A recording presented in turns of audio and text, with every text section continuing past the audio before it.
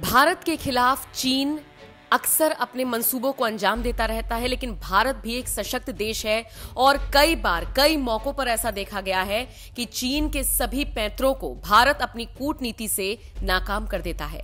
एक बार फिर ऐसा ही हुआ। दरअसल अंतर्राष्ट्रीय परमाणु ऊर्जा एजेंसी यानी कि IAEA की बैठक में एक बार फिर चीन को मुंह की खानी पड़ी और ये सब हुआ भारत की वजह से। भारत की कूटनीति की वजह से चीन की एक नहीं चली और उसे अपने पैंतरों को वापस लेना पड़ा। दरअसल ऑस्ट्रेलिया, ब्रिटेन और अमेरिका का एक संयुक्त ग्रुप है जिसको कहा जाता है ऑकस यानी कि AUKUS, और उसके खिलाफ चाइना अंतर्राष्ट्रीय परमाणु ऊर्जा एजेंसी यानी IAEA में एक प्रस्ताव लाने की योजना बना रहा था।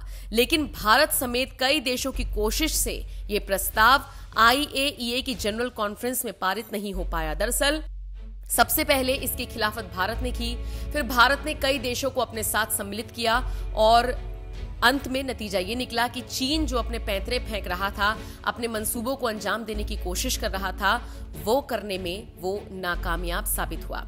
आपको बताते चले, अंतर्राष्ट्रीय परमाणु ऊर्जा एजेंसी यानी IAEA का सामान्य सम्मेलन 26 से 30 सितंबर तक वियना में आयोजित किया गया था।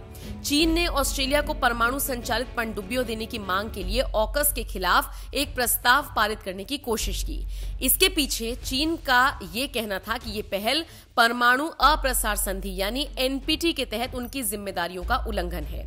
अब निश्चित तौर पर चीन को इस मामले में कई देशों की राय चाहिए थी, उनका साथ चाहिए था, लेकिन भारत ने इसमें अहम भूमिका निभाई और चीन के इस प्रस्ताव को लेकर अपनी कुशल कूटनीति का इस्तेमाल किया और कई छोटे देशों को अपने साथ किया और इस प्रस्ताव के खिलाफ कर दिया। लास्ट में क्या हुआ, चीन को जब पता चल गया कि भारत के होते हुए इस प्रस्ताव को बहुमत का समर्थन नहीं मिलेगा, तो उसने 30 सितंबर को अपना ये प्रस्ताव वापस ले लिया। अब भारत की इस कूटनीति की तारीफ हर तरफ हो रही है, खास तौर पर ऑकस भागीदारों द्वारा भारत की सराहना की जा रही है। कई देशों ने इस कदम की तारीफ की है।